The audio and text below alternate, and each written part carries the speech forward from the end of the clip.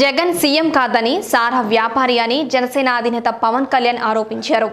పల్నాడు జిల్లా బొప్పిడిలో నిర్వహించిన ప్రజాగళం సభలో పవన్ మాట్లాడుతూ గత 5 ఏళ్లలో రాష్ట్రంలో శాంతి భద్రతలు దిగజారిపోయాయి. వైసీపీ హయాంలో ఏపీ దేశానికి గంజాయి రాజధానిగా మారింది.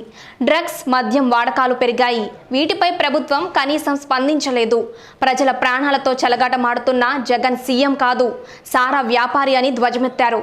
ఉదాహరణకి ఒక్క సారా తీసుకుంటే, ఏరక్ వ్యాపారమే తీసుకుంటే సంపూర్ణ మద్యపాన నిషేధం అని చెప్పి వచ్చిన వ్యక్తి ఈ రోజున మద్యాన్ని సారా ముఖ్యమంత్రి కాదు, అతను ఒక సారా వ్యాపారి. అతను ఈ రోజున 1,13,580 కోట్ల రూపాయలు 5 సంవత్సరాల్లో అఫీషియల్గా అన్అఫీషియల్గా సేల్స్ అది పెట్టారు.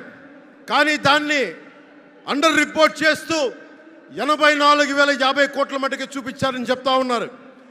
ఈ రోజున కేంద్ర ప్రభుత్వానికి కానీ భారతదేశపు ఎక్స్చెక్కర్కి కానీ 10,000 కోట్ల రూపాయల జిఎస్టీ ఎవేషన్ జరిగింది. అలాగే ఇసుక దోపిడీ, జేపీ వెంచర్స్ పేరు మీద ఆ బినామీలు ఎవరో తెలుసు.